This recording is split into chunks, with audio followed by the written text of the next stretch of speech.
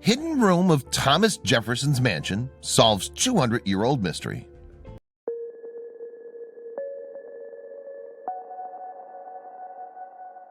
But before we start, please make sure to subscribe to Did You Know and hit the bell so you never miss an upload from us. Also, leave a like right now. Thomas Jefferson is often heralded as a wise and moral man who helped lay the foundations for American democracy. He was the primary author of the Declaration of Independence and the third president of the United States. We have memorials dedicated to him in the nation's capital, and his home in Virginia is a popular tourist destination. During some maintenance construction, workers came across a secret room. The room itself was one thing, but its location in the house was peculiar and raised some questions. The discovery reopened a controversy that's been swirling around the president's legacy for over 200 years. Thomas Jefferson. You may remember him as the country's third president. He was highly instrumental in the formation of the American government. While holding his position in office, he doubled the nation's size with the Louisiana Purchase in 1803. Before his presidency, his contributions to the Declaration of Independence solidified Thomas Jefferson as one of the founding fathers. We can thank Jefferson for helping preventing the establishment of another monarch in the United States. And to that, we raise a glass. But as with many great leaders, there were other parts of Jefferson's life that remain unclear to this day. Before moving into the White House in 1801, Thomas Jefferson resided at his Monticello plantation in Charlottesville, Virginia, a well-regarded historical landmark visited by thousands of tourists every year. He had inherited 5,000 acres from his father, which required a lot of manpower to attend to. In 1776, he built the Monticello plantation, which translates to Little Mountain in Italian. What the heck do you do with 5,000 acres? Well, there's the plantation house for the owners and all the infrastructure needed to support it, including quarters for slaves. Like most large plantation owners, Jefferson had a number of slaves. But there was one who was rumored to have caught his eye. It was these rumors that made the discovery of the secret room all the more scandalous. The Monticello plantation has seen a lot of restorations throughout the years, with projects picking up during the 20th century. When it was converted into a museum, the mystery room was completely hidden from sight, even when a modern bathroom was installed over it in 1941. The bathroom was renovated again in the 1960s due to the high influx of visitors coming to the museum. But once more, the changes in construction did not reveal the long-lost room. What ultimately gave archaeologists a clue that there was more than meets the eye came from a surprising source, and from beyond the grave. Historians wanted to determine the original layout of the Monticello plantation, and in doing so, they ran across a document written by one of Thomas Jefferson's grandsons. In his documents, Jefferson's grandson describes a room that didn't fit in with the known layout of the Monticello plantation.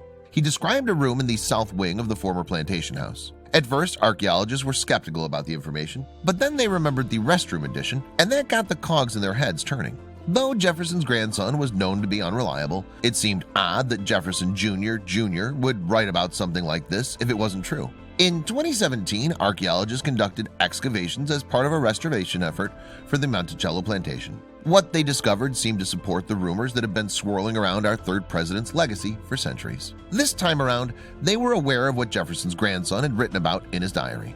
As they worked to uncover the original layout of the Monticello South Wing, they finally discovered what Jefferson's grandson had referred to in his diary. It had gone unnoticed for years, which was surprising given its location. Oddly, it was in the very place that had been renovated over and over, behind the bathroom. Knocking down the men's bathroom, which had been uneventfully renovated several times by now, the team discovered a small room they were not aware of before, other than the reference in Jefferson's grandson's writings. The room had been sealed off and hidden from plain sight for hundreds of years. The room was about 15 feet by 13 feet. It had a large brick oven in the middle and no windows. But what raised historians' eyebrows the most about the room was its location within the large house. It was very close proximity to Jefferson's personal room, just down the hall. Let's rewind the clock 200 years to the time of Jefferson. A political journalist who wrote for a Richmond newspaper, James T. Callender, wrote an inflammatory report on Jefferson with the intent to slander his name.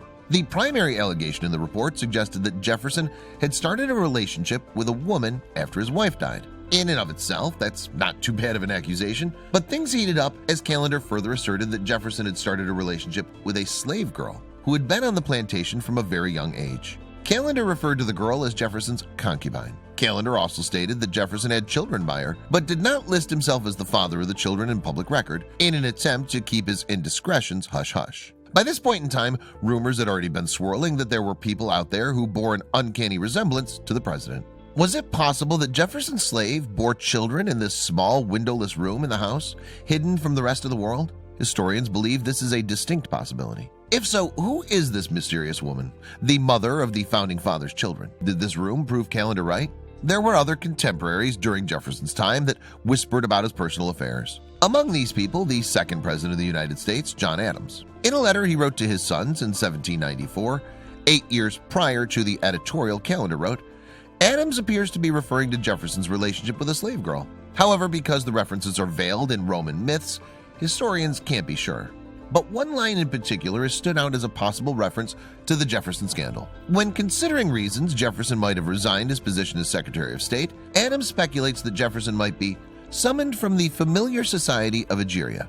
During the time, familiar was an innuendo for being intimate, and Egeria was a Roman mythical nymph whose story involves her meeting a king in a secret grove. The slave believed to be Jefferson's concubine, as Callender described her, was 16-year-old Sally Hemings. Sally Hemings was the half-sister of Martha Jefferson, Thomas Jefferson's wife. Much of Hemings' life was shrouded in mystery for over 200 years. It wasn't until recently that historians looked a little closer into the life of the woman who lived on the Jefferson plantation in Virginia. Despite her connection to the First Lady, Hemings was dealt a different hand in life. She was half African-American and half white. Unlike Mrs. Jefferson, Sally was born into slavery. She arrived at the Jefferson plantation at a very young age. As such, she was tasked with labor within the Jefferson household. Hemings was described by Jefferson's enslaved blacksmith, Isaac Granger Jefferson, as mighty near white and very handsome. And it was recorded that Sally Hemings had long hair that reached her waist. It was noted around the estate that Hemings received the preferable work and never had to work hard labor outside. She served the Jeffersons until Thomas Jefferson's death in 1826. Historians, however, uncovered hidden information in the mystery room of the Jefferson house that was only a rumor during the Revolutionary period. At 14, the young girl, barely a teen, accompanied Thomas Jefferson to France. 2 years later, Sally Hemings' life would drastically change. Thomas Jefferson was the United States minister to France. In 1794, Jefferson, a recent widower, took a trip to France and took Sally Hemings along with him. France was considered a free country, and it was illegal to own slaves while living under the French flag. There's a belief that Hemings had the choice to stay in France, where she could have been protected under the law of the French government, but something motivated Sally to return to the U.S. as a slave. Some possibilities included that Hemings didn't have the means to start a life on her own in France, or as a slave she didn't have much of a choice. The last possibility might have been that she and Jefferson might have had a real connection. Historians speculate whether widower Thomas Jefferson, Martha Jefferson died due to health problems at the age of 33, and Sally Hemings began an intimate relationship. While Jefferson was well into his 40s, Sally was only 16. Whether or not Sally entered the relationship voluntarily remains under heated debate. But one thing is clear, Sally became pregnant. She returned to the United States with Jefferson and continued to live on Monticello plantation. Hemings would go on to have 4 more children that were rumored to be fathered by Jefferson. Historians believe that she gave birth to them in the secret room that was recently discovered. Sally Hemings returning to the United States with Jefferson does not necessarily mean she was complicit in their relationship. After all, starting a life on her own in a foreign country as a teenage girl would not have been easy, especially coming from a slave background with no resources. Additionally, she was pregnant. The power dynamic of slave-master she had grown up under may have influenced the way she saw her relationship with Jefferson, as she was, by all accounts, given special treatment compared to the other slaves on the plantation. The 25-year difference between them also played a role in the nature of their relationship. The room close to Jefferson's personal bedroom was one thing. Callender's salacious article was another. John Adams' letters seem suggestive. But the most compelling piece of evidence that supports the theory that Jefferson was intimate with Sally Hemings came from Jefferson himself. Jefferson owned over 500 slaves on his plantation. And of all those slaves, he only ever granted freedom to a small handful. That small handful was comprised of Sally Hemings and her children as they came of age. They were not only granted their freedom, but also given a stipend as they left the estate so that they could start their lives on their own. Jefferson himself, contrary to his own practices, was opposed to slavery as an institution. Still, this did not prompt him to free all of his own slaves. The fact that he granted Sally Hemings and her children their freedom suggested that he had a more personal connection with them than he did with the other slaves on his property. Whether or not there are some verbal agreement between Jefferson and Hemings regarding her freedom, Hemings stayed at Monticello Plantation until Jefferson died in 1826. It's unclear if she couldn't leave or wanted to stay with Jefferson. Some of her children had already left by that time. When the hidden room was discovered at Monticello Plantation, it was revealed that Hemings had 5 children while at the estate. Assuming that Jefferson and Hemings had some sort of relationship between them, historians began to speculate that Jefferson could very plausibly be the father of all of Hemings' children. Given that he was not listed as the father in their birth records, determining paternity wasn't going to be easy. However, historians did know the names of Sally Hemings' children from their birth records, so they had a starting point in tracing the genetic lineage and solving the mystery of the Jefferson-Hemings controversy. Today, historians strongly believe Thomas Jefferson indeed fathered Sally Hemings' children. Out of the 4 surviving children, 2 boys and 2 girls, historians were only able to track down 2, Easton Hemings and Harriet Hemings. The 5th child died at an early age. Easton Hemings was freed upon the death of Jefferson, as he had not yet come of age before his death. Being fair in skin tone, he was able to integrate and pass as a white person in society. He married and had 3 kids of his own as a free man. However, his resemblance to Jefferson didn't go unnoticed. Easton's arrival in Ohio, where he went after he left the plantation, was one of intrigue. KPBS published an article which appeared in the Scioto Gazette, an Ohio newspaper describing Easton Hemings as light bronze color, little over 6 feet tall, and dignified. His nearly straight hair showed a hint of auburn, and his face indistinct suggestion of freckles. Rumors spread that he was the son of Thomas Jefferson. One reporter decided to make it his issue, and he wanted to hear what the mysterious man in town had to say about the prospect of being the son of a former president. Easton was regarded as a gentleman, as many people within the small town thought he was an all-around good guy. When the journalist managed to meet Easton face-to-face, he asked if the rumors of his lineage were true. Easton's response silenced the reporter. Easton responded, "Well, my mother, whose name I bear, belonged to Mr. Jefferson." And after a slight pause, he added, "And she was never married." He, his wife, and children moved on and eventually ended up in Wisconsin, where they settled on a property they later owned. Easton didn't know it at the time, but he would ultimately be the piece of the puzzle that would put the Jefferson-Hemings controversy to rest. Is it true? Did Thomas Jefferson have children with Sally Hemings? Thankfully, today we have the technology to answer these questions. In 1998, scientists tracked down the descendants of Easton Hemings and obtained a DNA sample to determine if the lineage traced back to Jefferson. The New York Times reported new evidence suggesting Jefferson fathered at least one of Sally Hemings' children, and it was likely he fathered all of Hemings' children. Easton Hemings and Harriet Hemings had children to whom they passed down the story of their heritage through generations. The DNA results had America at a standstill. After taking blood samples from a descendant of Easton Hemings Jefferson, Dr. Eugene A. Foster, a university professor of pathology, analyzed the blood. He reported the Y chromosome of a descendant of Easton Hemings Jefferson made a perfect match to Jefferson's. Thomas Jefferson was most definitely the father. The team reached out to the descendants of Sally Hemings, who were not the least bit surprised by the results. The power of storytelling had kept the truth intact for generations in their family. The results of the DNA test were only confirming what they already knew about their family's history, but others still were unconvinced. One such group, the Thomas Jefferson Foundation. They believed there was another possible explanation for the presence of Jefferson DNA in Sally Hemings' descendants. In 2000, the Thomas Jefferson Foundation formed a research committee made up of 9 members of the foundation staff, 4 of which had PhDs. After looking over all documentation pertaining to the Jefferson-Hemings ordeal, they came to a completely different conclusion. The foundation asserted that Sally Hemings was only a minor figure in Thomas Jefferson's life, and that it was unlikely that he fathered any of Sally Hemings' children. Instead, they asserted that Thomas Jefferson's brother, Randolph Jefferson, was the real father of Sally Hemings' children. The Thomas Jefferson Foundation continued to believe that Thomas Jefferson was not in Monticello at the time that Sally Hemings would likely have her children. This was part of their case, as they believed that Sally Hemings was elsewhere at the points in the timeline that would have required them to be together.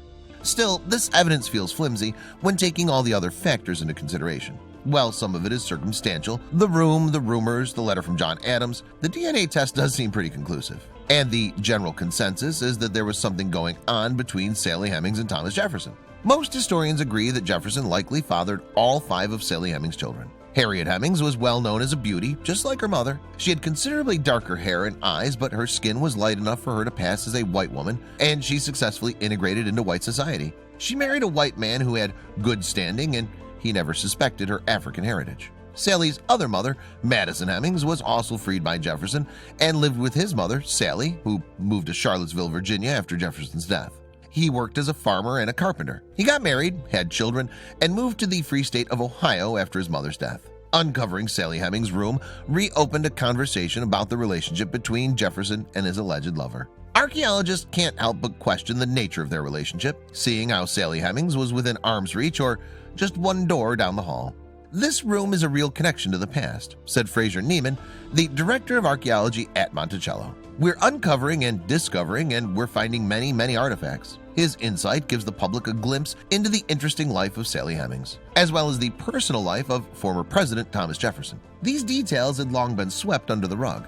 There's a lot to consider when weighing the social dynamics of the 18th century. The public was uncomfortable with the revelation that the person who wrote the Declaration of Independence was also having an affair with a young, probably underaged, enslaved woman, and then denying the children he had with her on public record. Yet, at the same time, knowing the reality of the circumstances helps us step away from the rose-colored lenses we often view the past with.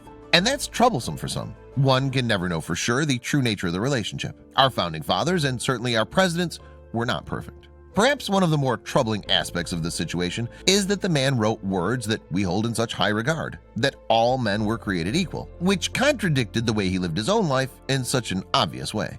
Contrary to the way he lived in his personal life, Jefferson used his platform to denounce the practice and institution of slavery for most of his lifetime. He actually submitted a bill to Congress to ban slavery in the new territories as early as the 1780s, a full 80 years before the Civil War would decisively end it in the United States. Despite his personal viewpoints, Jefferson held on to his slaves, with the exception of Sally Hemings' children. Only 5 of his 100-odd slaves at the time of his death were freed in his will, including Sally Hemings' remaining 2 children and 3 other men who had worked for him for decades and presumably had a personal relationship with him. Later in his life, Jefferson had incurred quite a bit of debt. Slaves at the time were considered property and therefore assets. Other than the few freed above, the remaining slaves were sold to pay the debt incurred by the Monticello plantation. What we do know for sure is that Thomas Jefferson did want to hide his relationship with Sally Hemings from the public, as well as the fact that he fathered children by her. Perhaps what makes the story resonate so much is the literal intersection of an American idealist and the ugly legacy of slavery. Sally Hemings told her kids they were the children of Jefferson, but otherwise didn't speak on the matter. But the only people who truly know what went on in that room in the Monticello plantation took the full truth with them to the grave. All we have left are pieces of a puzzle that, when put together, paint an unsettling picture of an American icon that's hard to ignore and raises some tough questions.